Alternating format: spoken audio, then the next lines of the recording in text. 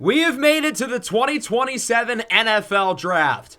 Now that we've wrapped up free agency and the draft preview, this is the only thing standing in between us and the start of season number 3 of the series.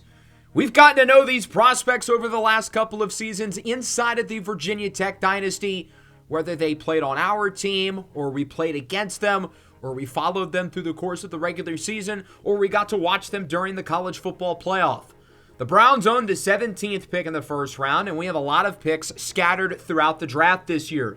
We've got 2 3s, 3 5s, 2 7s, and we own at least one pick in every round of the draft. So a really good opportunity to add some ball players to this team, and I think our squad is in a really good spot because we're coming off a 9-win season. We've got a talented quarterback on a rookie contract. This team, I feel like, is close to opening a title contention window. Title windows open quickly in the NFL, and they close quickly in the NFL, often faster than you expect. And when you have the opportunity to pounce, you've got to take it. That means we're going to be ultra aggressive today, making the necessary moves to fill out this roster. We don't have many overall glaring needs. We've done a good job in the offseason of filling out needs to where we can focus on getting value early in this draft. If you'd like to download the draft class, this is how you will do it. You'll go into the draft class finder. You will type in my PSN. You can find the first draft of the series, which only has 2 stars. Haters. But you can download the first draft class of the series, or you can download this one as well. So without further ado, let's not waste any time. Let's get this show on the road. The 2027 NFL Draft is now officially open, and the New York Jets are on the clock with the number 1 pick. Bryce Young threw for 35 touchdowns last year with the Jets, but it does feel kind of obvious that they're going to pick a quarterback. You would think it's going to be Tyrie Wells. Obviously, Bryce Carver's in the mix as well, and even Jackson Jackson from USC. So with having Bryce Young, the Jets are certainly in an interesting spot, given that he really was not the root of a lot of their problems. He's only 26 years old. Now, he only has 1 more year left on his deal. And do the Jets really want to extend him on a long-term contract? I don't know. I like what they're doing. They got a lot in the Quinnen Williams trade last year. So I think it would make the most sense for them to pick a quarterback here. And when I look at the top of this draft, you've got Atlanta at number 2 and then the Bucs at number 3. There are 2 top quarterback prospects in this draft with Wells and Carver. The Bucs need a quarterback more than anybody, and they are sitting on the outside at number 3. I don't think Atlanta is going to let Tampa Bay get their franchise quarterback. I would think Atlanta either would pick one of the 2 quarterbacks, or they would move back with somebody looking to jump the Buccaneers, because there's no way the Falcons want to help their rival out. They could keep it simple and just pick a quarterback at number 2, and that would make a lot of sense. Michael Penix was the root of their problems last year. He really struggled. 14 interceptions, only completed 56% of his throws, but the Falcons are also only 1 year removed from making the NFC Championship, and Michael Penix is a big reason why. They did choose to accept his 5th-year option, so that might be kind of telling in terms of the Falcons and what they want to do with Michael Penix. So you would think maybe they look to move back in order to not let the Buccaneers get their franchise quarterback with that number 2 pick. So Tampa Bay is scrambling because they know they're not going to get Tyrie Wells or Bryce Carver by staying at number 3. They can't really move up. The Jets are going to pick a quarterback at 1, and the Falcons aren't going to let them move up at number 2. Let's get crazy. The Buccaneers figure the only way we can make this work is if we knock the Jets' socks off at number 1 and give them an absolute haul that they cannot refuse. How about 3 first-round picks, including number 3 overall? The 3rd pick, the Bucs first-rounder in 28, and the Bucs first-rounder in 29, along with pick 67 in the 3rd. We've got to trade a shocker at number 1. The Tampa Bay Buccaneers are moving up for the top spot, jumping Atlanta and surpassing the Jets. So with the first pick in the 2027 NFL Draft, the Tampa Bay Buccaneers select Tyrie Wells, quarterback from SMU. We expected Tyrie Wells to be the number 1 pick all year, and for most of the season, it looked like it was going to be the Jets. He's even wearing green. He assumed he would be playing for the New York Jets. But the Bucks have other plans. They trade 3 first-rounders to go and get their guy. It's a lot, but I think it could be worth it. Tyrie Wells has been outstanding over the last 2 years at SMU. This season, throwing for over 4,800 yards, 48 touchdowns, and 6 interceptions. At 6'2", 223 pounds, Wells is primarily a traditional pocket passer, but he can win with some finesse as well. He can scramble around and make plays out of structure when necessary. He can make all the throws, and even though the accuracy is a little bit inconsistent, only 65% completion percentage this year, he will make every throw in the book. He is as confident as it gets at the quarterback position, and he doesn't make mistakes. He only threw 6 interceptions this year, and he only threw 2 last season as a junior. We only got to watch him in 1 playoff game this year. SMU went 1 and done, but he had some ridiculous throws against a loaded Clemson secondary who has 4 guys projected to go in the top 2 rounds. 77 overall with hidden development, so he's the same rating that Kieran Riddle was when he got drafted last year. Wells gets to hand the ball off to Bucky Irvin, and he gets to throw it to the likes of Amani Law and Chris Godwin and Jalen McMillan. So that brings up the Falcons at number 2. And as I mentioned, I think they're sticking by Michael Penix. They want to keep him. But there is a team that needs a quarterback and might want to move up. It's the Jets. Just because they traded out of number 1 doesn't mean that they all of a sudden don't need a QB. They have 2 first-round picks in each of the next 3 years. They've got all the ammo in the world to make this happen. So the Jets are going to move up 1 spot. We've got another deal here at number 2. So the Falcons will be trading picks 2, 130, and 194 to the Jets for the 3rd pick, a 2028 first-rounder from the Buccaneers, the 69th pick, and the 112th pick. So Atlanta moves down, they get a first-rounder next year, and they trade up with some mid-rounders. With the 2nd pick in the 2027 NFL Draft, the New York Jets select Bryce Carver, quarterback from the University of Texas. This is a bold decision by the Jets. They could have picked Tyrie Wells at number 1. They've been penciled to pick Tyrie Wells for the last 6 months. They had nearly identical grades on Wells and Carver. They figured they can get an additional first-round pick from Tampa Bay by trading back.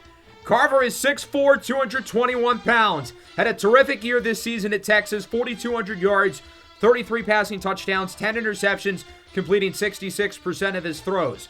We only got to see him in 1 playoff game as well. They also lost to the eventual national champion Clemson Tigers in the first round. He's only a 72 overall, but he has hidden development. And hint, hint, not only his development trait is high, but it is better than that of Tyrie Wells. I don't know if the Jets are going to keep Bryce Young or if they're going to make Bryce Carver the starter immediately, but I think this little musical chairs in the top 3 is going to ultimately work out for everybody. The Bucs get the quarterback they really want. The Jets get an additional first-rounder, and they still get a new QB. And then with the 3rd pick in the 2027 NFL Draft, the Atlanta Falcons select Curtis Glenn III, defensive tackle from the University of Michigan. The top non-quarterback is off the board. Glenn has been a dynamic game wrecker for the Wolverines this year. 27 tackles for loss, 9.5 sacks. At 6'2", 300 pounds, I look at someone who's got the explosiveness, the size, and the frame to be a dynamic pass rusher in the NFL, while also being an elite run defender immediately. He's an 80 overall with hidden development. Curtis Glenn is the real deal. He's going to be one of the very best players in this draft. Atlanta would have picked him at number 2 anyway. They get an additional first-round pick from a Bucs team who's starting a rookie quarterback. The only team who gets screwed over by the musical chairs at the top is the Dolphins, because they're kind of over Tua, and they would like to replace him. They really wanted one of Tyrie Wells or Bryce Carver, and at number 4, it does feel a little bit early for Jackson Jackson from USC. So the Dolphins are probably just going to have to go best player available, try to set this roster up for a new quarterback. With the 4th pick, the Miami Dolphins select Squaron Williams, cornerback from SMU. Another Mustang off the board in the top 5. Williams, the transfer from Middle Tennessee State, had an absolutely phenomenal season at SMU. Had an interception in the playoff game, covering Judy Yesufu on that play. And we're not going to have to wait too much longer to hear Yesufu's name off the board. Williams is also the real deal. He's an 82 overall. 5'11", 209 pounds. This kid's got elite ball skills. 14 interceptions over the last 3 years. He was really consistent in coverage, though, this year. He only allowed 25 receptions. Excellent in man. He's one of the fastest players in this draft. The Dolphins are getting someone who they feel like can be an anchor for their secondary going forward. That'll bring up the Houston Texans at number 5. Very disappointing season for them. Obviously, C.J. Stroud missed some time. So with the 5th pick, the Houston Texans select Caleb Smolko, offensive tackle from the University of Miami. We're going to see a lot of Miami offensive linemen off the board tonight. Smolko, the first of the bunch. They've got to keep C.J. Stroud upright, and Smolko can do exactly that. This kid's got the size and the traits to be a phenomenal offensive tackle at the next level. 21-year-old redshirt sophomore, 6'5", 310. And oh yeah, he's the best player in the draft. 84 overall. This guy is going to be a Pro Bowl, maybe even an all-pro level tackle immediately. What a pick by the Texans. That'll bring up the New Orleans Saints at number 6. The Saints are also in a weird spot at quarterback. They have Baker Mayfield who they signed. They've got Tyler Shough, but I don't think they're satisfied with those guys. They want ammo to potentially move up next year. So they're going to talk to the Buffalo Bills who want to trade up, and they're going to see if they can get the Bills' first rounder next year along with pick number 11. So I was able to come up with a deal that I think is fair for both sides. This is a big gamble for Buffalo, but as long as Josh Allen is at the helm, you're not going to have an opportunity to go up and get a true blue chip level talent. The Bills are expecting that pick next year to be in the 20s. New Orleans, meanwhile, only moves back 5 spots. They get a first rounder next year. And with the 6th pick, the Buffalo Bills select Judy Yesufu, wide receiver from Clemson. This is why Buffalo traded up. I think this is a pretty valid reason. The college football playoff MVP. This kid was unguardable in those 4 games leading Clemson to a national title. We got to see him up close and personal with Virginia Tech. He had 7 for $135 and 2 scores against us. Look at that play against USC. He had 220 yards in the first half against the Trojans. He had 276 total, 5 playoff touchdowns. He's an 80 overall with hidden development. Oftentimes at the top of the draft, a lot of these super hyped non-quarterbacks, they don't always end up being great. But this year, that's not the case. Glenn, Williams, Smolko, and Yesufu all look incredible. And I think this trade-up will be worth it in the long haul for the Bills. Judy Yesufu was the best player on the field in the playoff, and I could certainly see him and Josh Allen becoming an elite connection. The Bills figure they're never going to get a chance to get a player of Yesufu's caliber again. With the 7th pick, the Los Angeles Rams select Avonako Adair, defensive tackle from the Ohio State University.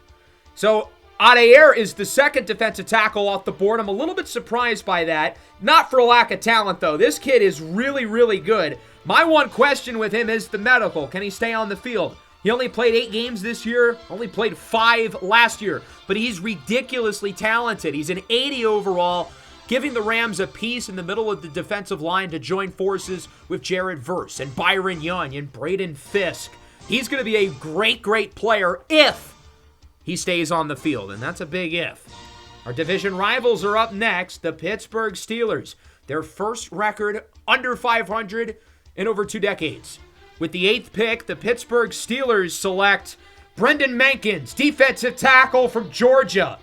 This is a little bit of a surprise. I did not expect Mankins to go in the top 10, but he really impressed down the stretch. His stock certainly on the up and up. He's gotten at least half a sack in each of Georgia's last 6 games. He had 3 in the playoff, 2 against LSU, 1 against Miami. Finished his redshirt sophomore season with 11 sacks total. 77 overall with only normal development, but I like his fit with Keanu Benton and Derek Harmon in the middle of that defensive line. The Pittsburgh Steelers are at their best when they've got a bunch of ballers up front. So while this may not end up being a great pick, I think you're looking at a very, very good starter with Brendan Mankins, who does have room to get better. He's only 21 years old after all. With the 9th pick in the 2027 NFL Draft, the Dallas Cowboys select Jackson Jackson, quarterback from USC. Whoa, the Cowboys are picking a quarterback.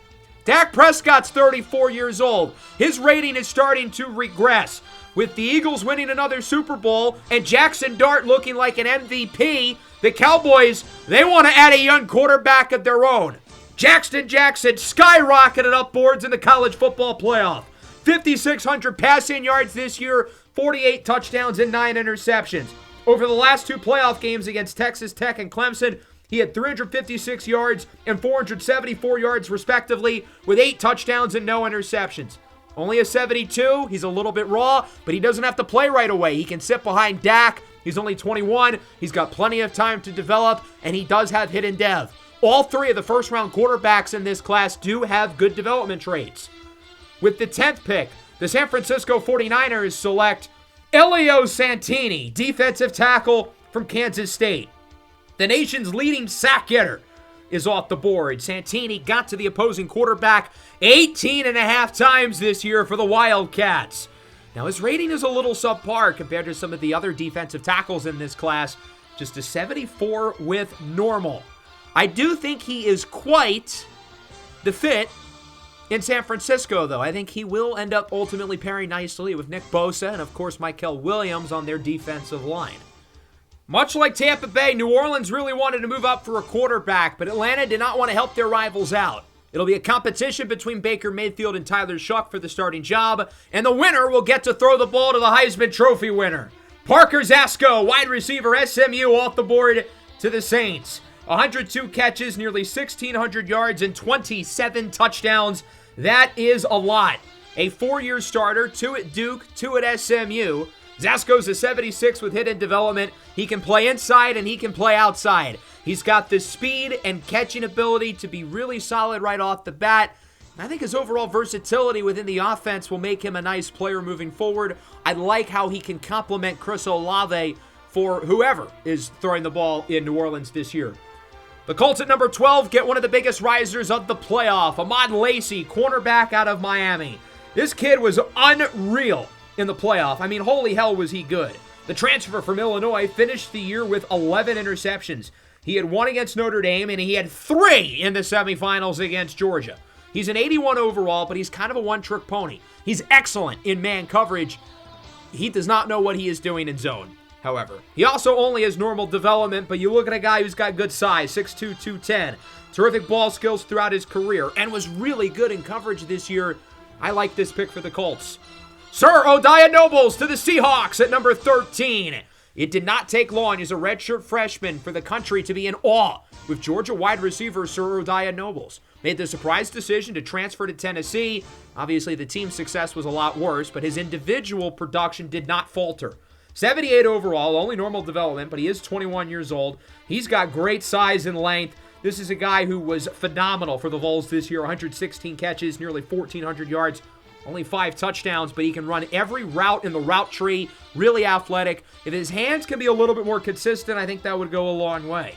The Jacksonville Jaguars picked the top running back, Amari Blue, from Notre Dame. He'll be a fun addition to the Jacksonville offense.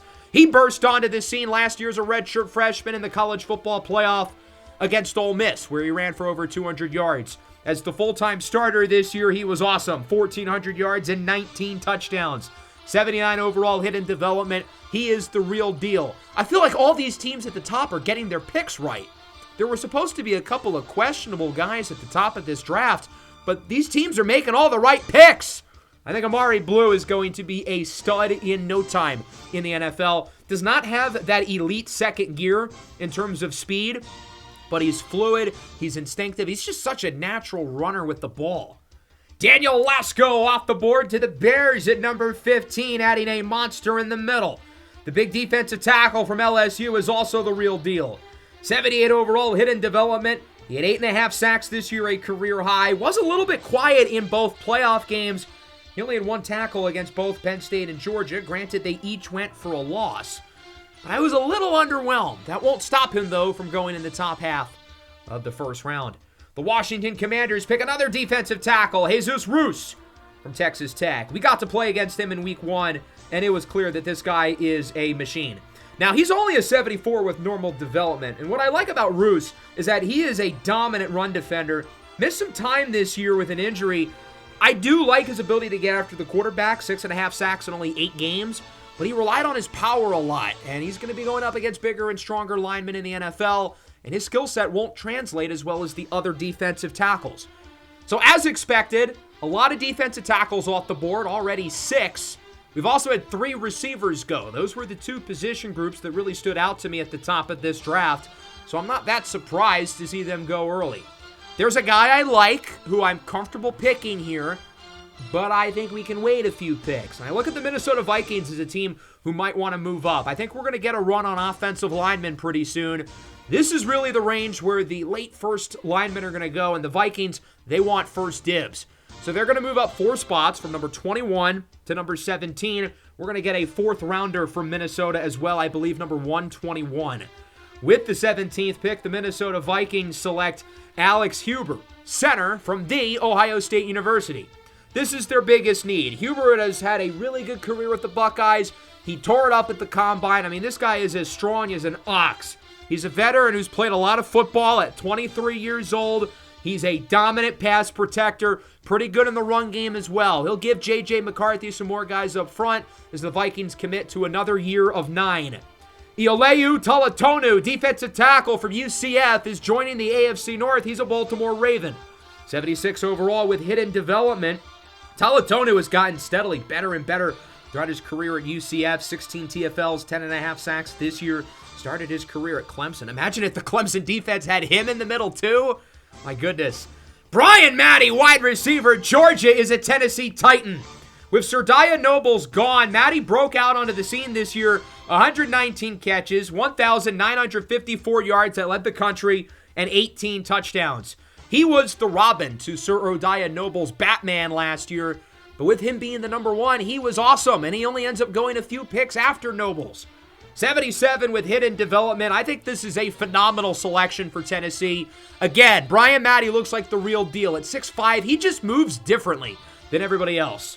Kwabena Kamalu to the Panthers at number 20. We didn't really talk a lot about him during Miami's playoff run, and that's for a reason. Quarterbacks did not throw the ball his way. As good as Ahmad Lacy is, there's a reason why they kept throwing it towards him, and that's because Kwabena Kamalu's side of the field was regularly covered. He played a lot in the slot. He's good on the outside as well. There really have not been that many bad picks in the first round. All these teams are being too smart. That'll bring up the Browns at number 21. I don't think we're going to trade down again. There's a guy I really like. It's the same player I would have picked at number 17.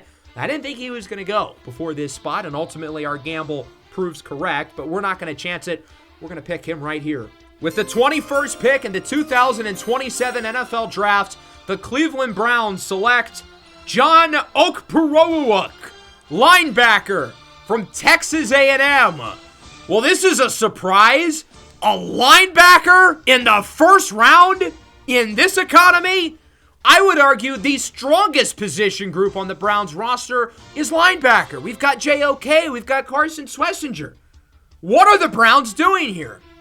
Well, I believe Okpokowuruk will end up being one of the very best players in the draft, and we've got to start with the traits. 6'5", 250, 21 years old, freak athlete. Ran a 4.37 at the combine, 4.36 at his pro day in College Station.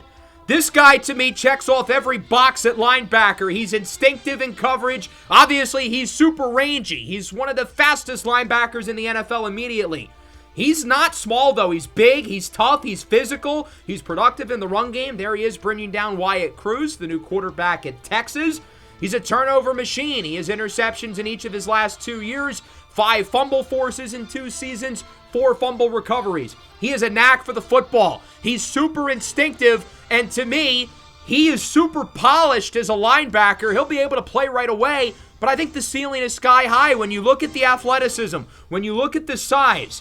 What I'm intrigued by with Okpokowuruk is the long-term versatility. I think he's big and strong enough to line up at edge. I think his pass rush ability is intriguing enough to at least try it. Obviously, number 2 edge is a big need for our team. Now, he only has 1 sack in his career at A&M, and we're not going to make him a primary edge rusher. He's going to be a linebacker for us, but he's a guy who I think can line up all over the field defensively. It gives us another chess piece to pair with Jeremiah Owusu-Koramoah and Carson Schlesinger. 43rd in true talent, but apparently it's an A-plus pick. Okpokowuruk will come in with hidden development, and when you look at the development trait, you look at the size, the athleticism, and the fact that he's one of the youngest players in the draft, I really feel like the sky is the limit for this kid. He's going to come in as a 77 overall, and there's no reason that he won't play right away. Obviously, linebacker is a strength, and when we only have two linebackers on the field, it's hard to envision him being one of those two, at least right now, given that we have JOK and Schlesinger, but we will find a way to make it work. This kid is really, really talented. It doesn't matter where you line him up. He will absolutely make an impact. He's a guy I've been targeting for a while. This was always my plan going into the offseason, to find a way to get Okpokowuruk in the first round. I know it might be a controversial pick, but I'm really excited we did. Speaking of controversial, we've got a trade. The Jets are going to give Bryce Carver a number 1 receiver. Nico Collins is on the move to New York. Nico's been a little underwhelming over the last 2 years. Granted, the Texans were a complete mess this year, but he's on the last year of his deal. They're super deep at receiver. They don't really need this first-round pick. They've got the top pick of the second round. They have a first-rounder next year. They've got 2 in 2029. Nico Collins, Garrett Wilson, and Lonnie Block. That's a ridiculous receiving core for Bryce Carver to throw the ball to. The Jets, I think, are in a great spot. They got so much in that Quinnen Williams trade. They were able to get a lot moving back, even though they jumped back to number 2. The Texans picked John Giroux, guard from LSU. Unfortunately, he's only a 73, so maybe not what they had thought they were getting when they traded away Nico Collins. But he's only 21 years old, has not allowed a sack in his collegiate career. He's a great pass protector, but the run blocking is going to need a little bit more work than maybe we initially thought. That'll bring up the Kansas City Chiefs at number 23. They are adding to the defensive line as they select the top edge rusher off the board, Crusher Hoyt from Georgia. The production wasn't fully there for Hoyt. He had 7 sacks this year, but this is a guy who's a disruptor. I think he provides more than the stats suggest, but he's only a 69 overall. We talked about this being a weak edge class, and I think Hoyt was pushed up by the fact that there aren't really any first-round quality edge rushers. He's relied on his power a little bit too much. He's not an overly explosive player off the ball, and his pass rushing toolbox isn't really there. He's only 21. He's got time to improve, but this looks like a reach for the Chiefs. Buxton Weischer to the 49ers at number 24. 11 interceptions this year. Won the Jim Thorpe Award. There's one slight problem. He can't really cover, and you kind of have to cover it to play corner. We saw him in the college football playoff semifinal. He was matched up with Judah Yesufu a few times, and he got exposed. He was not on Yesufu the whole game. He didn't allow all 280 yards. But he's a really raw cover player. But he's got elite ball skills. He's got 99 speed. Hell, they could move him to offense, maybe. Who knows? Perfection Winston, guard from Alabama to the New England Patriots. Winston would have entered last year's class if not for a bad run in the playoff. He entered the portal, goes back to Alabama, has a great year, pushes himself in the first round. I think he made a good decision by staying in school, going back to Bama. He's a 79 overall, so this looks like a phenomenal pick by New England. Emeka Oganu, offensive tackle from Alabama, another Crimson Tide lineman. So the left side of the Alabama offensive line goes back to back. Oganu at 77 as he looks to be the long-term replacement for Taylor Decker. This is the guy who all the mock drafts had us picking at number 17, and I like him. I think he's a good player. Obviously, offensive line and left tackle is probably the number 1 need on our team, but I think Okpokowuruk is good enough to pass on that need. Baba Dikatia, guard from Notre Dame to the Bengals. Had an outstanding redshirt sophomore year, a little disappointing down the stretch. His stock dipped to the late second round. Since he's going to swoop in and pick him now because they know the truth. 80 overall, only 21 years old, hit in development, 99 strength. The Bengals have drafted really well during this series, and now they are actually picking guys who can block. Samson Gotele Latuvaea, tackle from Texas. 4 straight offensive linemen, 5 of the last 7 picks. I'm not surprised by this at all. This was always the sweet spot for the big fellas. 78 overall, normal development. He definitely relies on his athleticism. I think this is a guy who can really move well with those quicker, bendier, twitchier edge rushers, but I do worry about his play strength. He's generally strong, but against powerful edge rushers, he loses a little bit. Alex Almonte, wide receiver from Washington to the Las Vegas Raiders. Almonte had an amazing redshirt sophomore season with the Huskies, only 21 years old, He's only a 74 with normal. Had 84 catches this year, nearly 1,500 yards, 17.5 yards per catch, and 17 touchdowns. Coming off a freshman year where he was pretty much just as good. He isn't super fast, though. Not that he's slow. And his overall route running repertoire is a little bit underdeveloped. Derek Shepley, edge rusher, Michigan to the Cowboys. So we've got another edge rusher off the board. Dallas adding to the pass rush. And even though this is a pretty bad edge class, Shepley looks all right. 77 overall, only normal development. Had 9 sacks this year. Really broke out after only 5 sacks in his first 3 years at Missouri. Goes into the portal, has a great year at Michigan. He's got the size, he's got the traits to push him all the way up to the end of the first round. The Chargers select Yesufu Hope, guard from Miami. I think this is the 4th Miami player off the board in the first round, 2nd offensive lineman. He's a little bit undersized at 6'2", 287, but he moves really well. The Chargers have probably the best tackle duo in the league with Joe Alt and Rashawn Slater. You add Yesufu Hope to the mix, and that offensive line looks like one of the very best in the NFL. The defending champion Philadelphia Eagles are on the clock. They've made the Super Bowl both seasons of the series as they select the other Miami guard, Maurice Shiroga. So the 2 Miami guards are going to the 2 Super Bowl teams. Hope is the better of the 2. Shiroga's only a 73. He does have a development trait, though. Started his career at Georgia. Was the number 1 ranked player in the portal this past year going to Miami. He's the 5th Hurricane to be picked in the first round. He's the 3rd Miami offensive lineman. And that will wrap up round 1. Some fireworks at the top. The Bucks, Jets, and Falcons play musical chairs. Tampa Bay gets Tyrie Wells, Tampa Tyrie. Bryce Carver goes to the Jets. He is a new number 1 receiver in Nico Collins.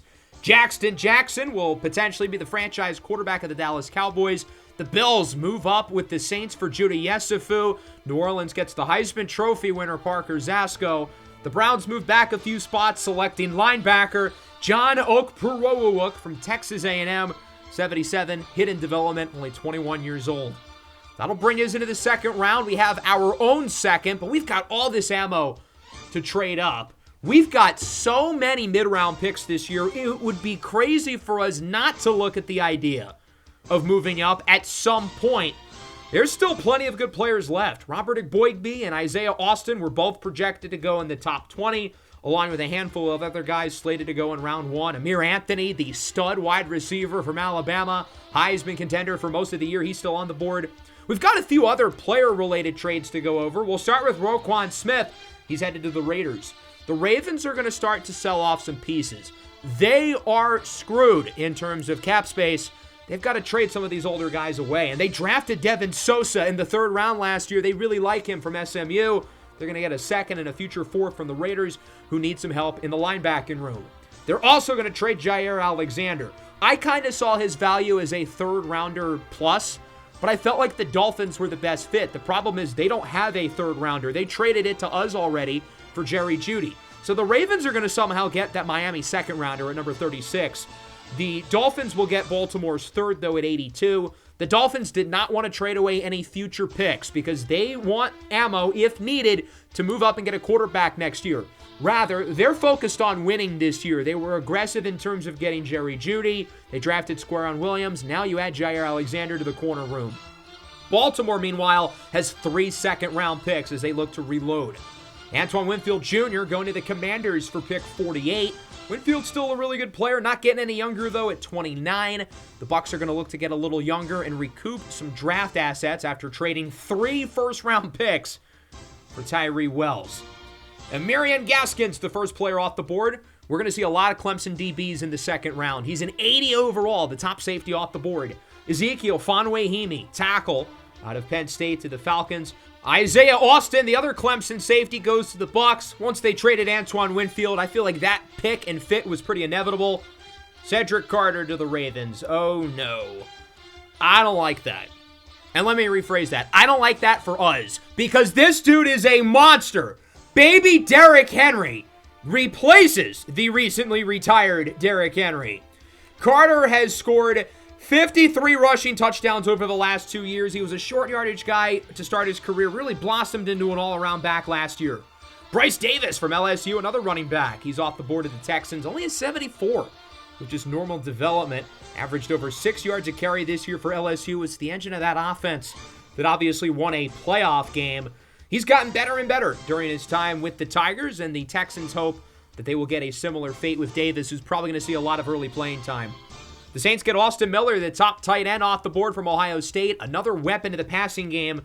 So that'll bring up the Rams at number 39. And as I mentioned, I want to move higher into the second round. We're going to try to do that here, but it's not going to be a traditional trade-up. Instead, we are going to make a bold move that I think a lot of people are going to disagree with. I promise you there is a bigger plan behind this, and it will make a lot more sense in about 15 minutes.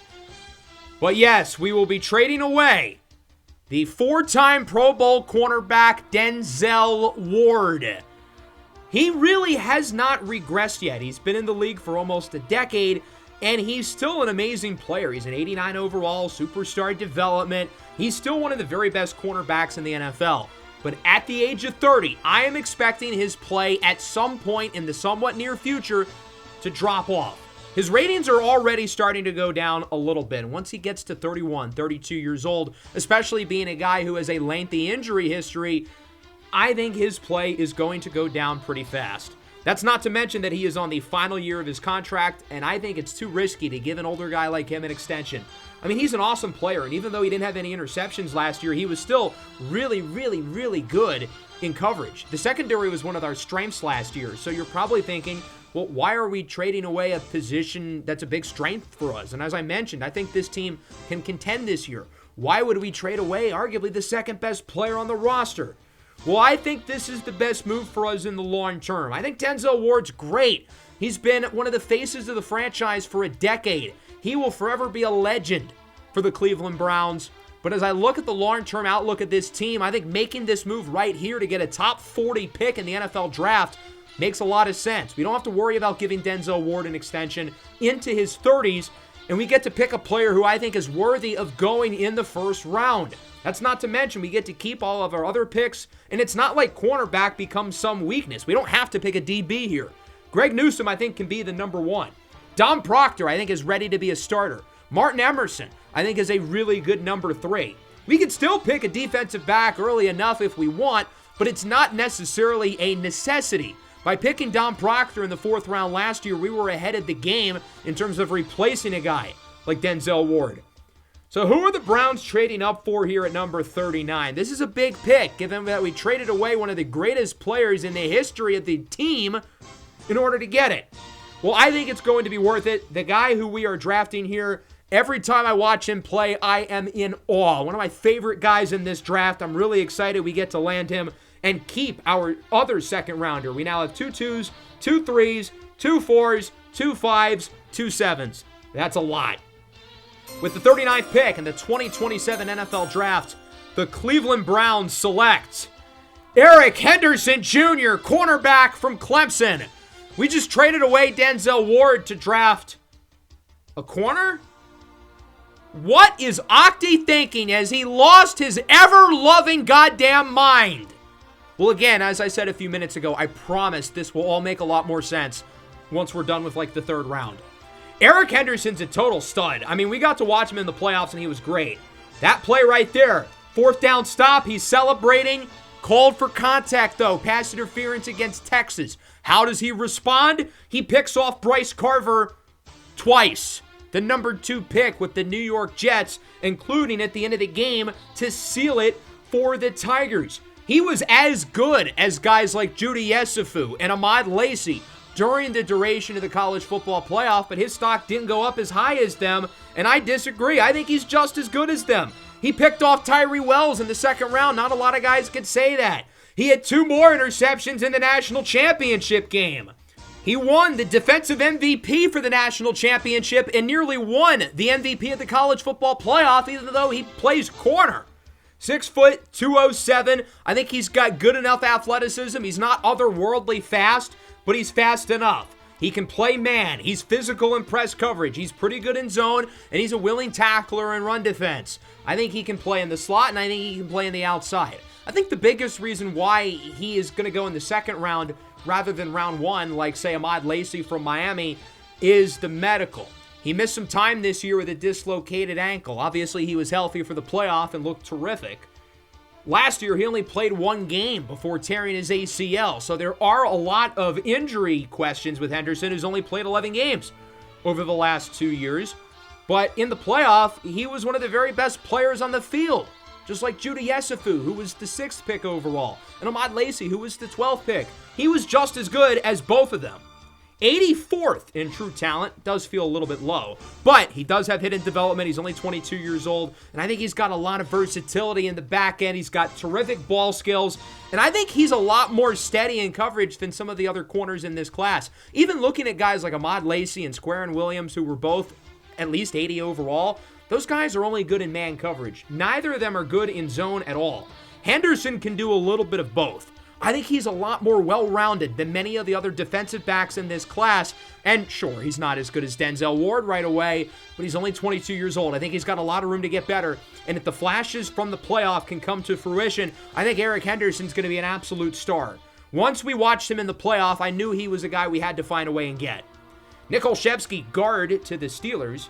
The Cowboys are picking arguably the best defensive player in America last year, linebacker Parker Jackson from Penn State, who won the Nagurski, Bednarik, and the Butkus Award. The 49ers select running back Marcel Merrick from Tennessee. There's a little Christian McCaffrey in his game. I like the fit a lot. He's an 82. Highest rated running back in the class, only his normal dev, but I think he's going to be really good. Phenomenal over the last couple of years at Tennessee. As a redshirt sophomore, he had 1,435 yards. This year, he had 1,466, combining for 30 rushing touchdowns over his last 2 years. Cordell Kiernan, guard from Iowa to the Bills.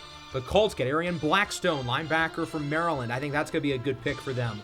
Bodaway Crank, defensive tackle, Eastern Michigan, missed most of the year, but a really talented player. Duke Obiofo, breakout candidate with 15 sacks, goes to the Jags. Christian Sanchez, edge rusher, Florida, to the Bears. He's a 79. This edge class might not be so bad. And then Quincy Umodu, defensive back from Texas, goes to the Buccaneers. So we're back on the board with our original 2nd round pick. As I mentioned, there was a bigger plan to this whole Denzel Ward thing. A big reason why I don't want to pay Denzel Ward is because I'm anticipating we're going to add another expiring contract to the roster who I want to give big money to. It's no secret that the offensive line is a weakness, and I look at the Arizona Cardinals, who could use some more draft picks. They traded away their 1st rounder this year and their 2nd rounder next year for Quinnen Williams. I think that's going to be a good trade for them, but they lost a lot of draft capital, and they have to pay Quinnen Williams, who's a free agent after next year. They drafted Jared Henningsen in the 2nd round a year ago, and they landed a gem with Jebediah Barn in the 5th.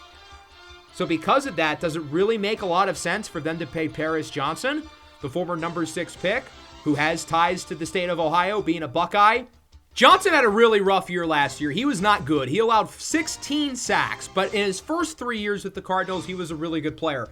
And my thought process is maybe with a change of scenery, maybe the new team will help him out. He's playing for a new contract, so obviously he has to perform in order to get paid.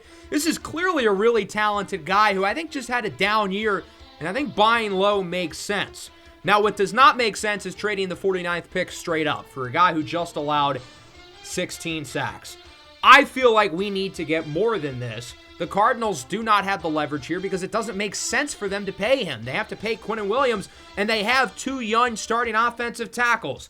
I think we can get their 3rd rounder back as well if we add something additional in this trade, like, say, maybe one of our 4th rounders, number 117. I think this trade is pretty fair. 49 and 117 for Paris Johnson at 86. Johnson's a 26-year-old, 86 overall left tackle. That's a really valuable player, but he's expiring and he's coming off a down year. Nonetheless, I think in our offensive system, he can flourish. He is absolutely a guy we are going to look to extend at the earliest possible opportunity, and I would rather pay a young, improving offensive tackle than a guy in Denzel Ward who's getting older at a position that we're already strong at. So a big move with the Cardinals. We add Paris Johnson to the line. The Cardinals move up for linebacker Tyler Smith. His stock went down, bad combine, bad pro day. He's an 80 overall. So I think Arizona's happy with this move. Isaiah Williams, edge rusher from Washington to the Ravens. He's a 78. This edge class is really not that bad at all.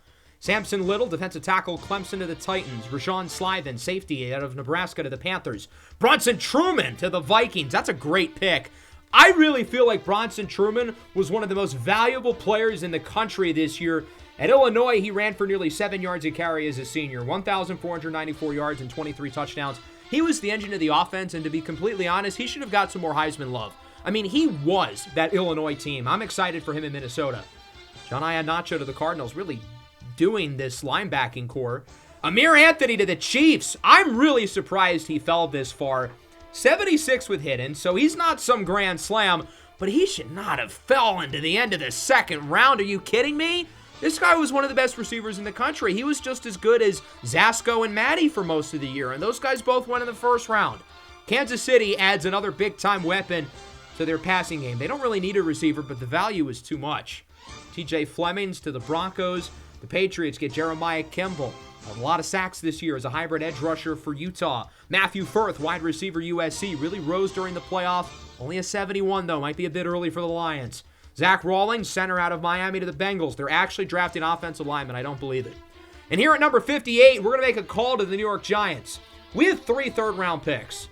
We don't need 3. So I'm going to offer them number 86, the last of those 3 third-rounders, along with 101 in the 4th and 208 in the 7th. For 60 and 156.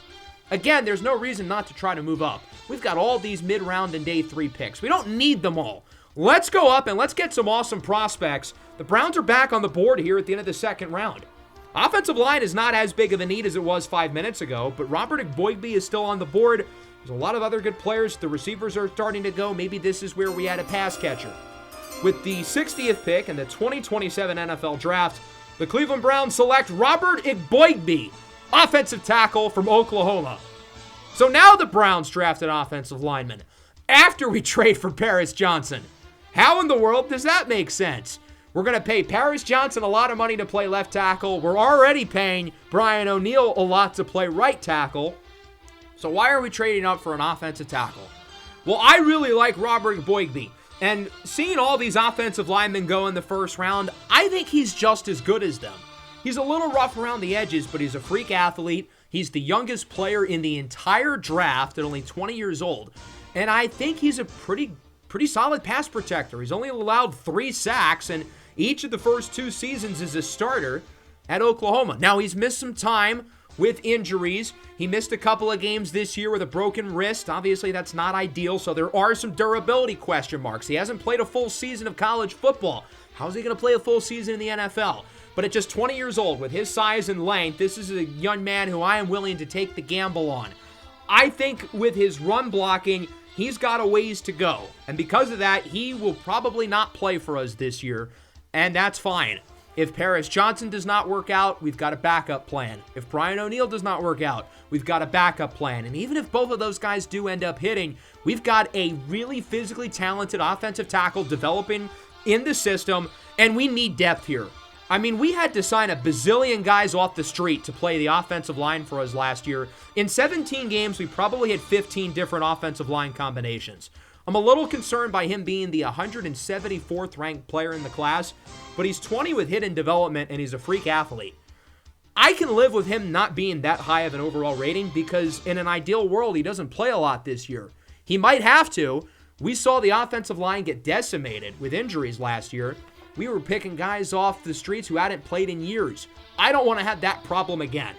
71 overall, hidden development. He's super young. He's super toolsy. He's a really solid pass protector. I think the sky is the limit for Robert Igboigbe, and I think it's worth the upside swing here in the second round. Yes, we had to give up a lot to go up and get him, and sure, he's not going to play this year. He might not play the year after that, but I think he could be a really good player in the future, and he's got a lot of time to develop. And my goodness, do we need depth on the offensive line.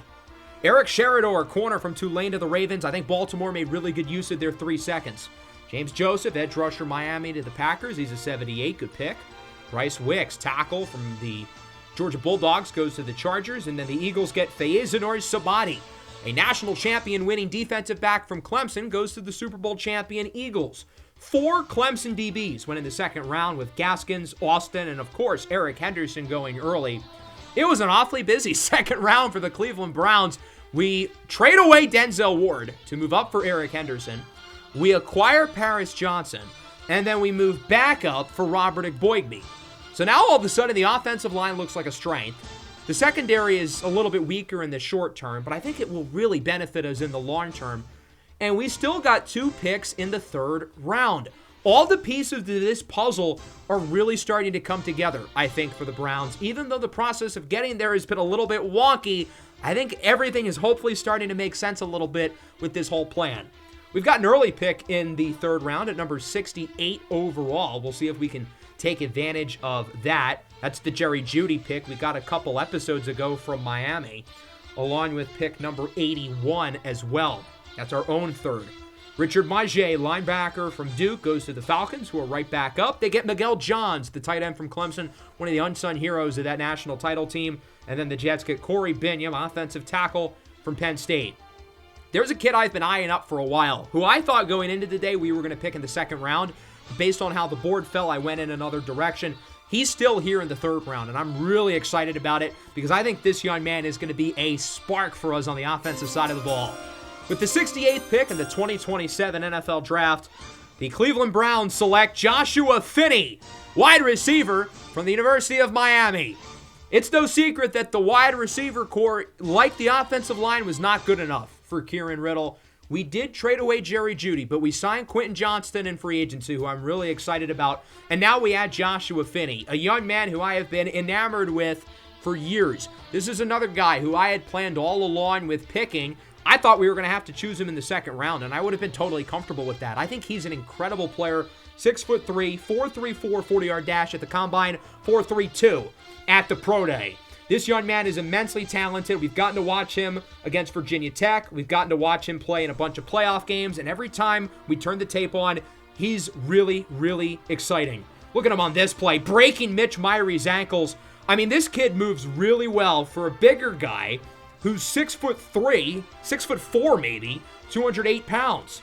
He can get open. He can run the route tree. He's got, I would say, good but not great hands. I mean, he carried the Miami offense during their comeback against Georgia in the semifinals. He had 8 catches for 162 yards. He had their only touchdown in the national championship game against Clemson. And against Virginia Tech earlier in the year, he had 102 yards and obviously that ridiculous touchdown. With his size at 6'4", we can use him as a bigger-bodied physical receiver. He can do that. He's got the body control to go up and make contested catches, but he's also super shifty, super dynamic after the catch. Our receivers are all really big, but they're all really explosive, and they all have elite footwork. I think Dorian Sahara, Quentin Johnston, and Joshua Finney really fit together as a group, and this is going to be a really fun group of 3 receivers.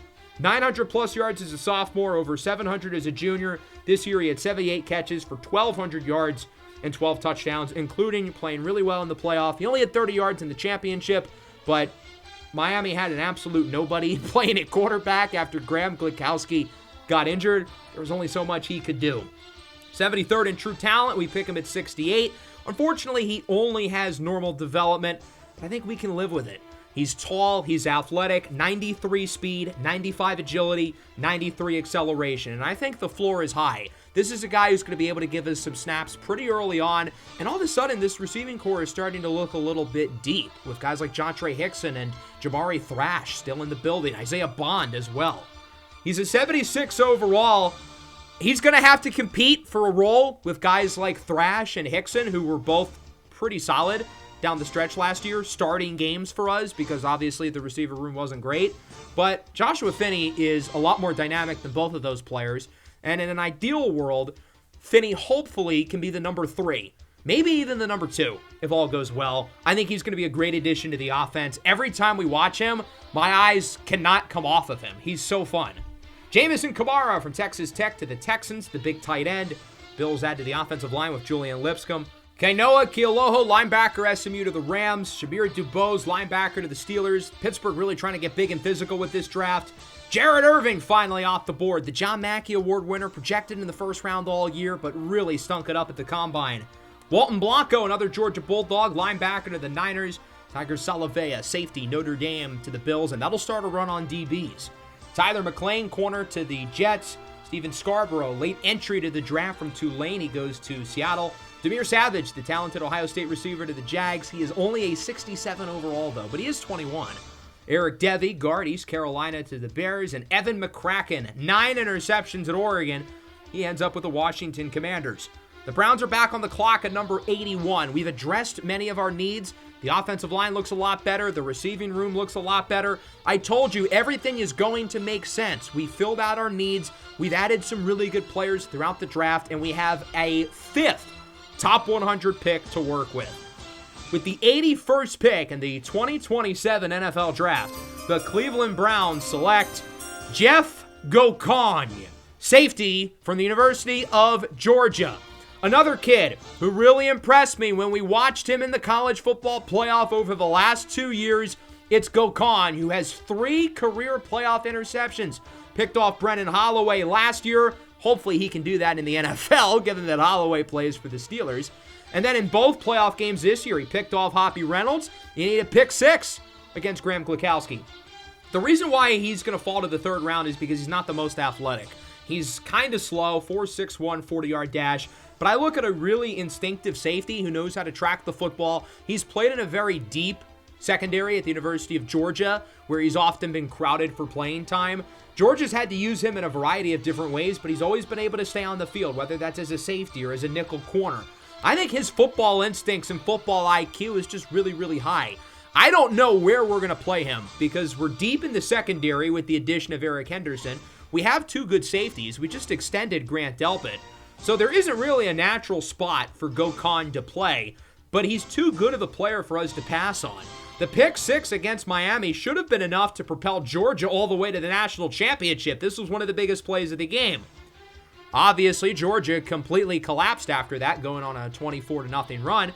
It wasn't Gokon's fault, really, though. He didn't have any bad plays down the stretch. 5'10", 193. So obviously the size and speed profile isn't the greatest.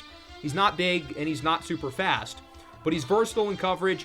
I think he can play nickel corner. I think he can play free safety. I think he's physical enough as a tackler and run defense to play strong safety, maybe even a little bit in the box if needed. Was never really a full-time starter in a way at Georgia because, again, they were so deep in the secondary, they didn't really use him in a set position. He just kind of played all over the field. He wasn't technically a starter, but he was on the field as much as everybody else was. 6 interceptions over the last 2 years. Again, 3 in the playoffs. 12th in true talent. Wow, we got a great player here. Gokon only has normal development, so the ceiling isn't like super high. This pick kind of reminds me of when the Broncos drafted Marvin Grant last year. Grant was 24, so it's a little different. Gokon is only 22, and they're both different in terms of like their player archetype. 85 overall, what? Okay, well, he's not actually an 85 because he is a +6 temporary boost. He's really a 79, which is still really good.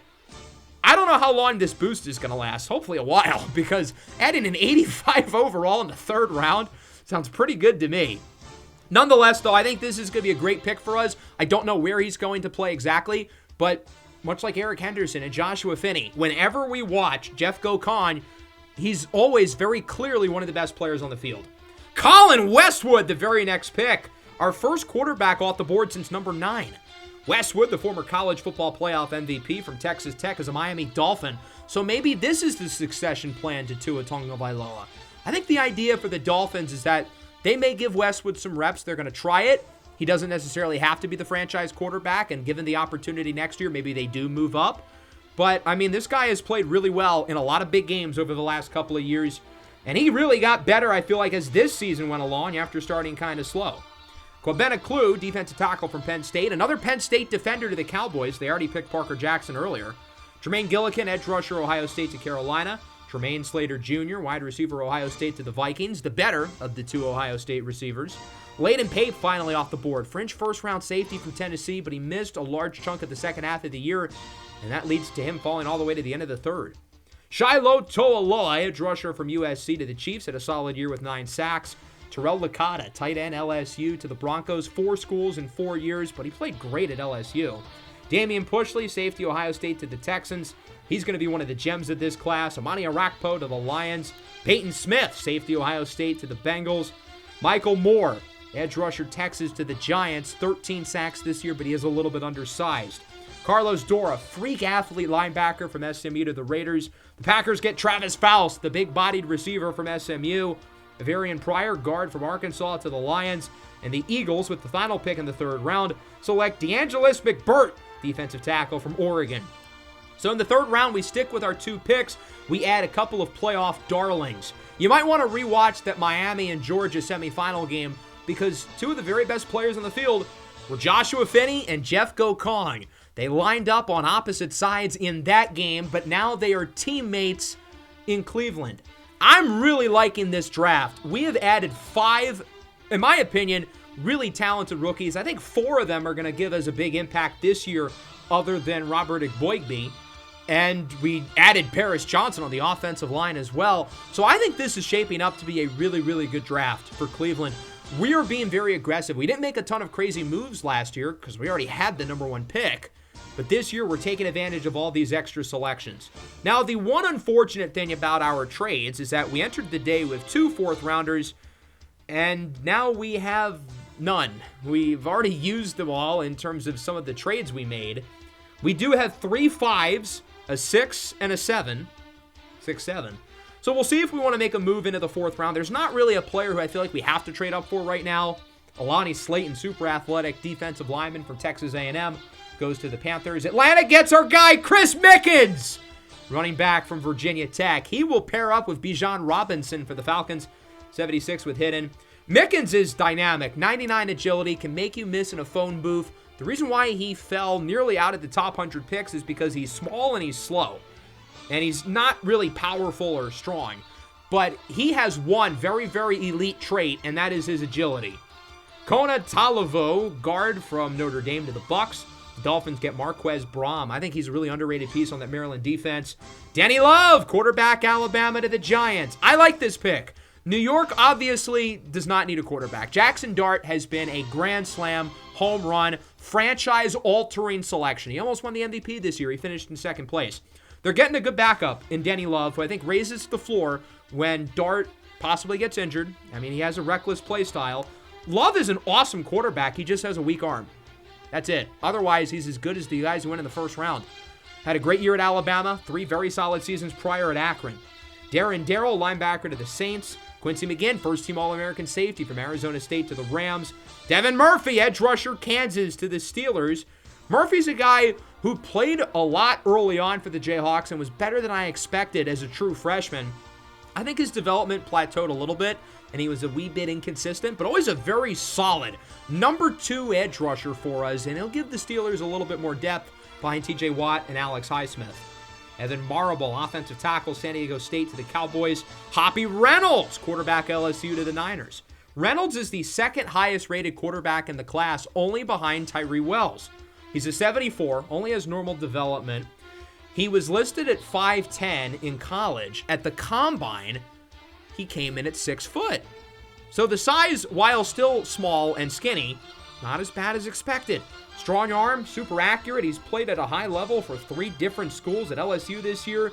He had a great year, nearly 4,000 yards and almost 30 touchdowns. Donovan Shepard at the Saints corner, did not go to the combine. Taylor Temple, defensive tackle to the Colts. Seattle gets Ty Lord, running back from Kansas, scored the game-winning touchdown in the national championship as a junior. Became the full-time number 1 as a senior, with Cornell Teamer leaving early, drafted by the Cowboys in the 1st round last year. Ty Lord, like Chris Mickens, is just small and slow. That's why he fell. He's not as quick as Mickens, but he's a little stronger, and I really like him in the passing game. Denzel Bond, running back, Florida State, will not have to move far. He goes to the Jags. Sam McGuire, corner, Oregon to the Bears. Marcus Blower, how did he fall to the middle of the 4th? Wide receiver, South Florida to the Falcons. That's a great pick. Cameron Dobbs, corner, Oklahoma State to the Colts. Osiris Boger, center, Alabama to the Ravens. That's 3 Alabama offensive linemen drafted now. Dakota Van Dyke, double-digit sacks at Duke this year, goes to the Titans.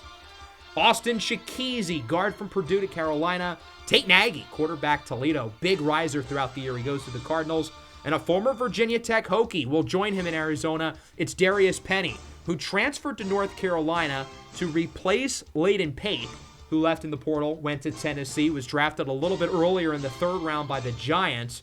I think Penny's rating is actually a little bit higher, though, as a 75 overall. Former team captain at Virginia Tech, 3-year starter. It's a shame he didn't want to stick around for his senior year, but we brought in Mitch Myrie, who I really liked. Colby Brownlee to the Chiefs. That's a nice pick, corner from Notre Dame. Kion Sample, guard from Kansas, another Jayhawk. Only a 71 with normal. Sample was in that very first recruiting class. I thought he was one of the lesser recruits that year, but he ended up being one of the better players. He developed really well. I never really saw him as a future starter, but not only did he become a starter, but a damn good one. He ends up in Denver. Braden Rodgers, running back, North Carolina, the Patriots. Super talented player, but he's got to stay healthy. The guy is made of glass. Coleman Spinter, tight end, goes to Detroit. Brady McNeil, offensive tackle, San Diego State, to the Bengals, one of the youngest players in the draft. Deron Brown, center, from Ole Miss, to the Giants.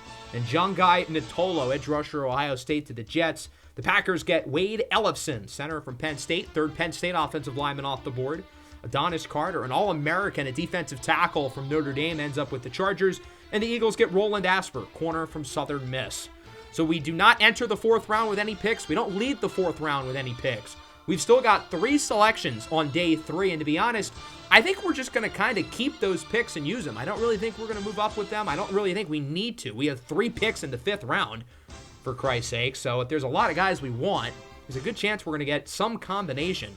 Now, all 3 of those picks are in the back half of round 5, so we're going to have to be a little bit patient, but we've got an opportunity to add a few really solid rookies, and hopefully 1 or 2 of these guys can end up becoming gems. There's still some good players left, a few fringe top 100 guys. Justin Gallery's only 20 years old.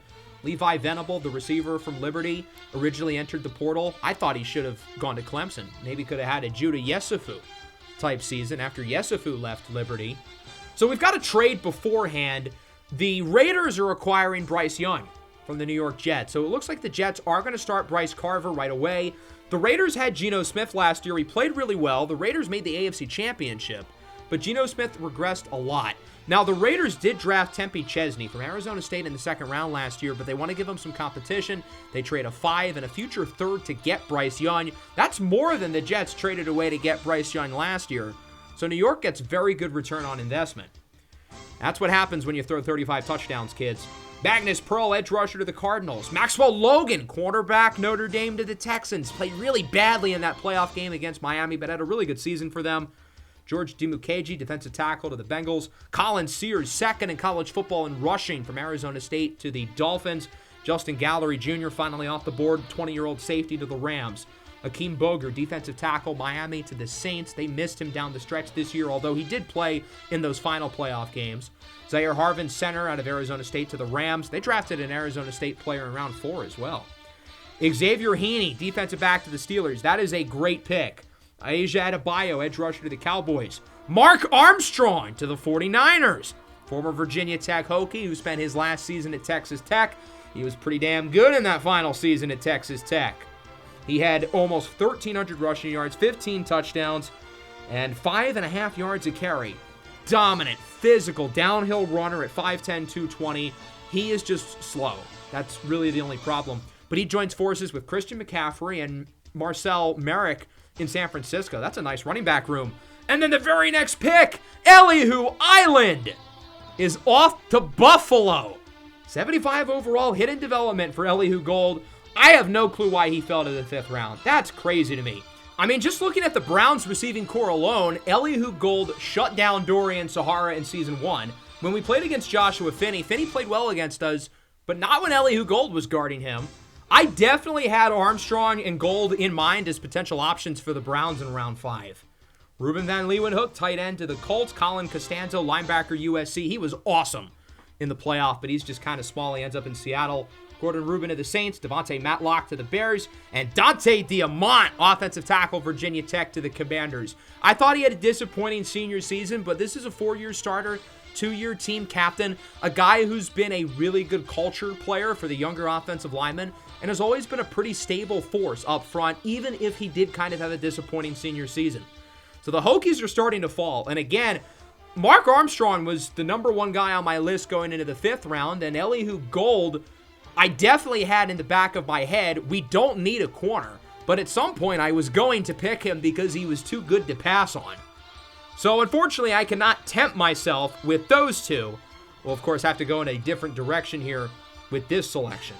With the 145th pick in the 2027 NFL Draft, the Cleveland Browns select Jazeer Tolbert, running back from TCU by way of Kansas. Big Ja is coming home. I've missed this guy. He was one of my favorite players in the Kansas series. I was really disappointed when he transferred. It was absolutely the right move because this was the only way he was going to become a starter. But I am so excited to get to play with Jazeer Tolbert again. Big, physical, downhill runner, can put his head down and flatten opposing defenders. So he was with Kansas for 3 years. We redshirted him his first year, but he did play a little bit. He even scored a touchdown against the arch rival Missouri Tigers. As a redshirt freshman, his first touch of the year, also against Missouri, took for a house call. And as you can see, he can make plays to the outside. He's a guy who's got a little bit of wiggle, a little bit of speed, but he's at his best in the short yardage. Big, physical, power runner, a goal line guy, and a short yardage guy for Kansas. At TCU, he was more of their lead back, had kind of a disappointing senior season after a really good redshirt junior year at TCU, where the Frogs were one of the best teams in the country, led by quarterback Hoss Haney. Nonetheless, this is a guy who's played a lot of football, but I don't think he has that much tread on the tires. He's never been a guy who's gotten like 200 touches in a year. So even though he's got 5 seasons of collegiate experience and has played for 2 different programs, 2 very good programs, he's played in a lot of big games. He's made the playoff 3 times in his career. He's also a guy who is really consistent, but also doesn't have that much wear and tear. 12 touchdowns as a senior, over 6 yards per carry as a junior. He's 61st in true talent, which is quite a bit better than some of the guys we drafted earlier, and he does have hidden development. What is the ceiling for Jazeer Tolbert? Because we obviously don't need a starting running back. We have Quinshon Judkins. We have Dylan Sampson. I don't know if we're going to pay both of those guys long term, but at least for the next 2 years, we've got a really good 1-2 punch. I feel like we need another guy. We need a third option, especially someone who can bang out tough yards, and that is exactly what Jazeer Tolbert does. Now, we did sign Nick Chubb back in the offseason, so we kind of have 2 guys who may have redundant skill sets, but I'm not going to let 31-year-old Nick Chubb, who's on the final legs of his career, stop us from drafting Jazeer Tolbert. Rather, Nick Chubb is going to be an awesome mentor for Big Ja. I missed having him at Kansas. I'm excited to get to use him again. Again, he was one of my favorite players, and now he ends up in Cleveland. Jameer Grimes, linebacker to the Ravens. Elvis Phantom, wide receiver, Texas Tech to the Titans. Zach Rawlins, the other Zach Rawlins. There's 2 in this class. This is the defensive tackle from Wyoming. He goes to Carolina. Rashawn Waterman, offensive tackle from Alabama. Really talented player who just never fully put it together. He goes to the Vikings. And we're right back on the board. With the 150th pick in the 2027 NFL Draft, the Cleveland Browns select Donovan Warmack, edge rusher from Maryland. Finally, the Browns drafted an edge rusher. It's no secret that this team needs a second edge rusher behind Myles Garrett. We waited until the 5th round last year when we drafted Jervis Dexter, and unfortunately we waited until the 5th round again. I wanted to get one earlier, but this edge class, or at least we thought, was pretty weak.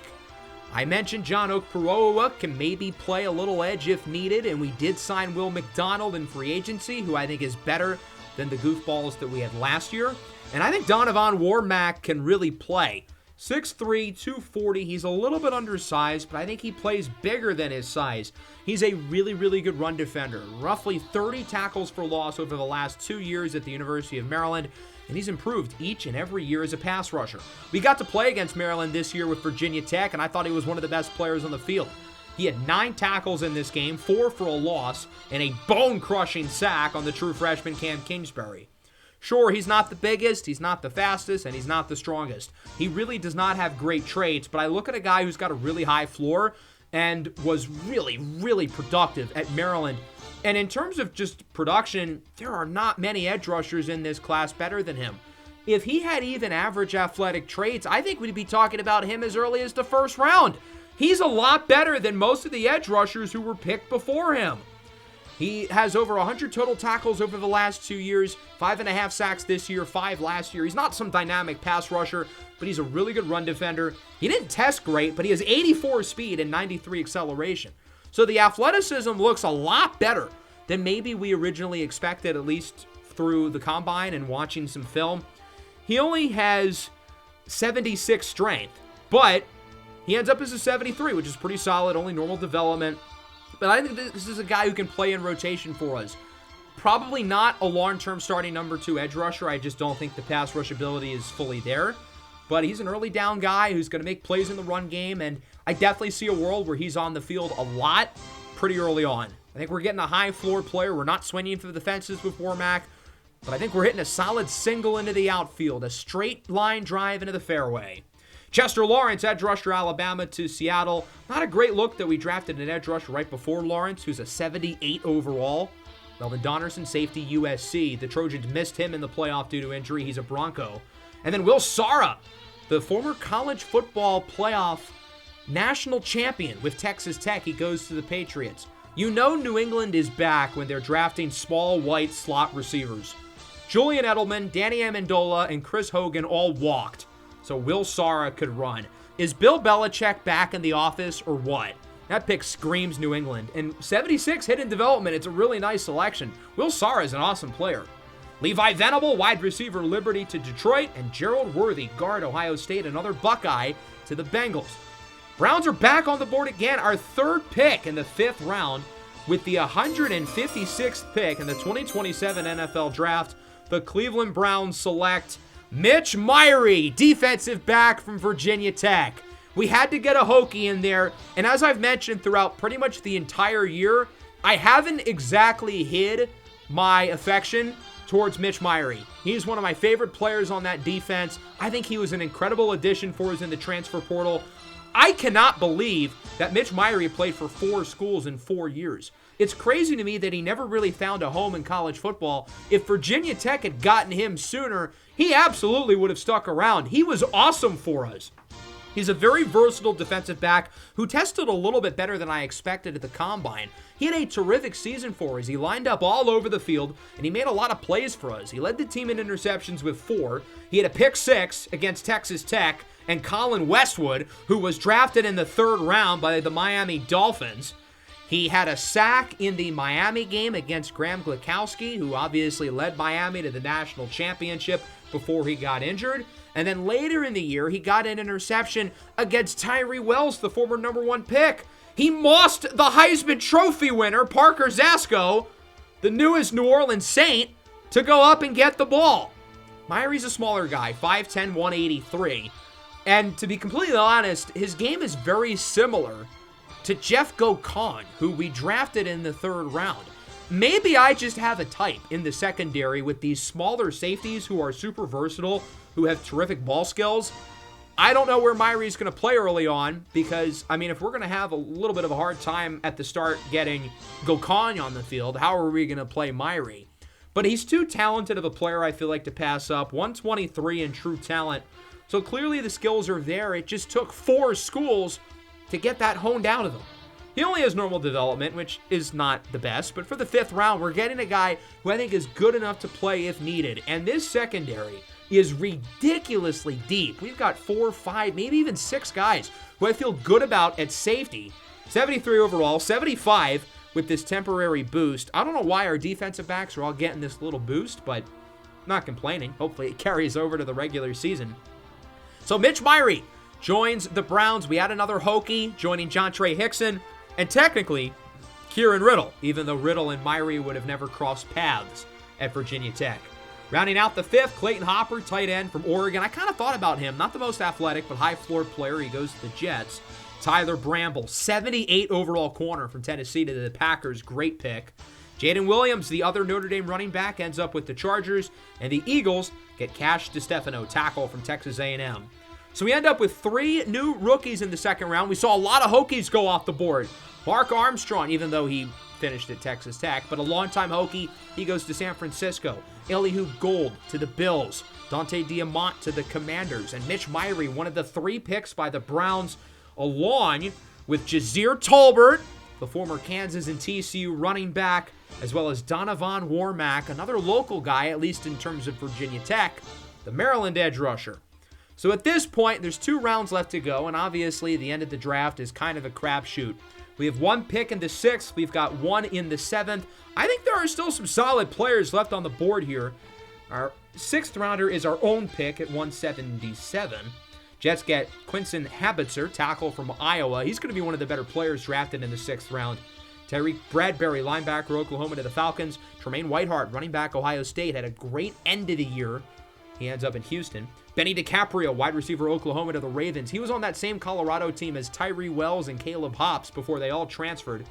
Dwayne Michaels to the Texans, linebacker. Bannings Frederick, center, to the Saints. Lennox Dana, edge rusher, Mississippi State with round 6, pick 7. Javante Kubik, safety from Georgia Tech to the Steelers. Grayson Yasko, another SMU Mustang, is off the board. He stays in Dallas, going to the Cowboys. Cam Irvin, corner from Miami to the Niners. Very good piece of that Miami secondary. Paul Green, quarterback, Washington to the Bills. And then Miguel Johns, quarterback, UAB to the Colts. Indy sticking by Kyler Murray another year. Damon Fork, tackle, Tennessee to Seattle. I kind of thought about him. I also thought about Jarek Gaskin from Arizona State, the guard. He was going to be my next pick. Jim Alexander, running back, Cal to the Bears. And Brennan Hatley, guard, Penn State to the Commanders. So with the 177th pick in the 2027 NFL Draft, the Cleveland Browns select Aries Etienne, guard from Vanderbilt. So we add to the offensive line. A few of the offensive linemen I had looked at go right before us. We still get a really talented player, in my opinion, with Etienne, who wasn't projected to go until the 7th round, but seeing all these offensive linemen go, I really wanted to make sure that we got one more. Depth, again, was obviously a big problem for us last year. We had 20,000 offensive line combinations. It was a different group every week. Well, in case that happens again, we've got a lot more backup plans. I like Etienne's game quite a bit. 6'2", 307, pretty solid pass protector. Doesn't really have any standout traits, but I think he's a high-floor backup. I don't know if he's ever going to be like some long-term starter in the NFL, but I'm really just trying to add somebody else to the offensive line room with this pick. Another guy who, if we have to put him in there to play, he can go in there in a pinch and hopefully not look like a liability. He's got good size, he's well-rounded, and he's really quick. He's nimble on his feet. I really like the athletic profile. I thought he tested reasonably well at the combine, and I think this is a guy who can give us solid reps. Again, knock on wood, if we have any injuries. Now, this is a guy who's had a hard time staying on the field himself. He missed a couple games this year. He missed 5 games last year with, I believe, a broken wrist. So that's certainly not ideal. But hopefully we can avoid the injuries with him. Only comes in with normal development. He's not the strongest. I wish his anchor was a little bit better. But he's more of an agile offensive lineman. He wins with his impressive footwork. Only a 67 overall. But again, we're looking for depth here. He's a guy who's hopefully going to make the end of the roster. If not, could be a practice squad player. So Aries Etienne from Vanderbilt is the selection here in round number 6 for Cleveland as we continue to move forward, wrapping up the rest of the round. Malik Davenport, safety from Oregon, ends up in our division with the Ravens. Mario Hayda, super productive edge rusher, kind of like Donovan Warmack in the 5th. If he was more athletic, he'd maybe go in the 1st round. Sherrod Patel, defensive back to the Panthers. Matthew Ford, breakout star at Michigan, led the Big Ten in sacks. He's a Minnesota Viking. Raiden Dragos, 25 rushing touchdowns at East Carolina this year. He goes to the Cardinals. Connor Gunter, wide receiver from Texas, finally off the board. He's a Chief. Jermaine Hightower-Jones, one of the most productive running backs in the country. He's a Bronco. Enrique Baca, 100 tackles in each of the last 4 years. He goes to New England. Melvin Dirth, edge rusher to Detroit. Connor Johnson, linebacker, Alabama to the Buccaneers. Marquise Maryland to the Dolphins. I think he has either 98 or 99 speed. That's a fun addition. He stays in Miami, the former Hurricane. Manny Ringo, edge rusher to the Raiders. Howie Turpin, linebacker, Maryland to the Packers. Isaac Iaileloava, tight end from Tulsa to the Chargers. Say that name 5 times fast in a row. And then the Eagles pick Kamari Fisher, the quarterback from Tennessee. I thought he had a nice senior year, even though Tennessee was disappointing. When he was injured, they missed him a lot. But that playoff game when he threw 5 interceptions against South Florida as a junior, still not a great look. So that is your 6th round. Aries Etienne, the pick for the Browns. Now one more round to go. Round number 7. We pick at 204, which is a little bit higher than our own pick. I want to say we got that pick in a trade-up earlier today. I wonder if the Notre Dame kicker, Cesar Vasquez, is going to get picked after his record-setting 8 field goals in the first round of the playoffs this year against USF. Enrique Jaquez to the Panthers. Jarmel Hobbs, running back from Miami of Ohio, to the Raiders. The Bengals get offensive tackle Max Johnson. The Dolphins get the best world Linebacker, another Hokie. I forgot to show his player card. We'll talk about his ratings a little bit more at the end. Sean Payton, cornerback from Texas to the Texans. Josh Scarborough, quarterback, South Florida, the Jaguars, has put up some huge numbers with the Bulls. D'Angelo Butler, wide receiver, Nevada to the Titans, big physical guy. Titans have drafted a few talented receivers today. Zach Soliday, center to the Steelers. The Cowboys get Moose Jennings, tight end from Florida State. The Niners get Matthew Moats, another tight end coming from North Carolina. And the Bills get Cedric John, edge rusher from Louisville, had an outstanding junior year. Was a lot worse, though, as a senior. With the 204th pick in the 2027 NFL Draft, the Cleveland Browns select Jack Stesko, tight end from Virginia Tech. Another Hokie. To wrap things up, it's Jack Stesko. And this is a really interesting pick. Stesko was a guy who the Hokies got out of the transfer portal prior to his senior year. Spent a couple of years at Bowling Green and Iowa State before coming over here. Stesko is super talented. He's a wide receiver skill set, but in a tight end's body. I don't think we fully used him to the best of our abilities at Virginia Tech. He didn't have that great of a senior year. He only had one touchdown, but he's super athletic, wide catch radius. I think he's good with the ball in his hands. His best game was against East Carolina this year. He had 6 catches for 66 yards. Great play here, runs a great route. Was not a very good throw, but he still comes down with it anyway. Scored his first and only touchdown of the season in this game. He's tough, he's physical, he's slim. 210 pounds is obviously on the smaller side. I would like to see him add some weight, even if he loses some of his speed and explosiveness, which is the biggest strength of his game. But I think in order to become successful for us, we're just going to need to make him more of a tight end.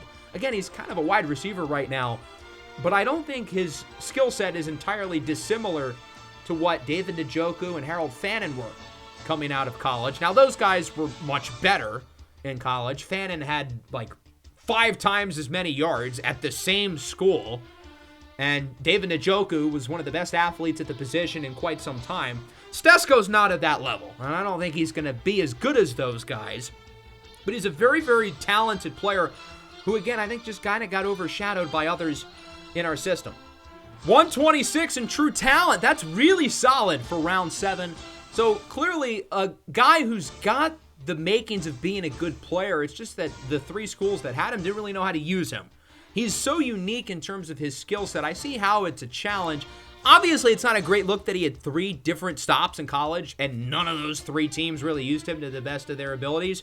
But given that he's a 73 overall, it looks like it was more the problem of the schools wasting his talent rather than him being some bad player. Got to improve the blocking.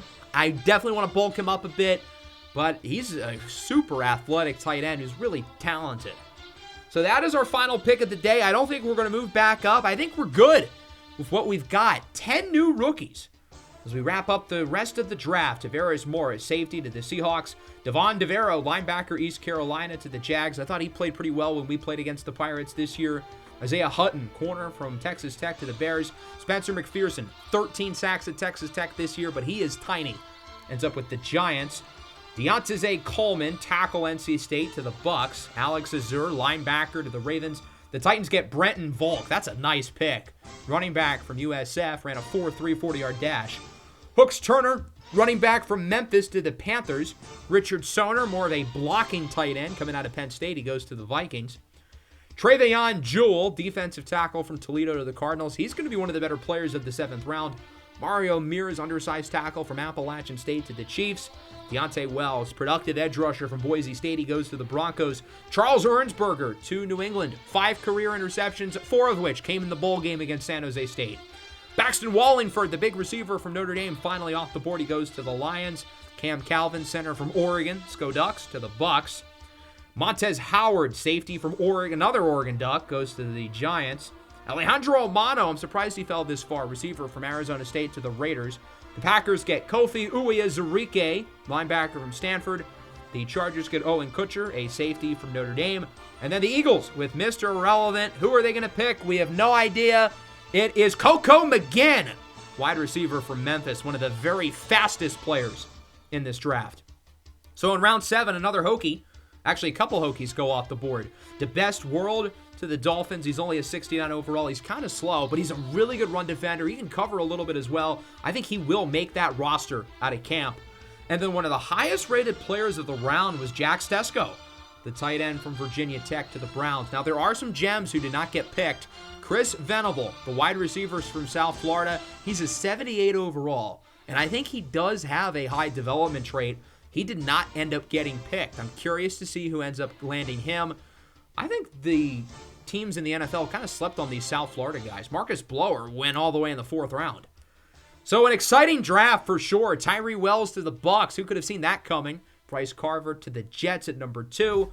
And then for our Browns, it was very chaotic. I know we had a lot happen, but we had some guys who I think are going to play a lot early on with John Okpokowuruk, Eric Henderson, Joshua Finney, Jeff Gokon, Robert Boygby, the developmental tackle, some good day 3 picks. We do lose Denzel Ward, but we add Paris Johnson in the process. We will start season number 3 in the next episode in prime time. Monday Night Football against our rivals, the Baltimore Ravens. I think we're going to get through weeks 1 and 2 in the next episode. We've also got the Dolphins. 5 primetime games this year. Sunday night on the road against Cincinnati in week 6.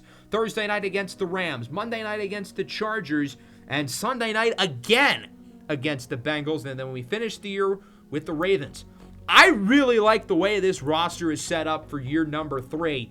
I feel like we were able to fix our holes. We made the receiving room better. We added depth at running back. The offensive line looks a whole lot better than last year. We add a big-time piece with Okpokowuruk. We had a few really good rookie defensive backs. That second edge rush spot is kind of the question for me. I'm curious to see what kind of production we get from Will McDonald. Next episode, we'll start the year, weeks 1 and 2. I hope you guys are excited. Make sure to leave a like, subscribe to the channel if you are new. Peace out.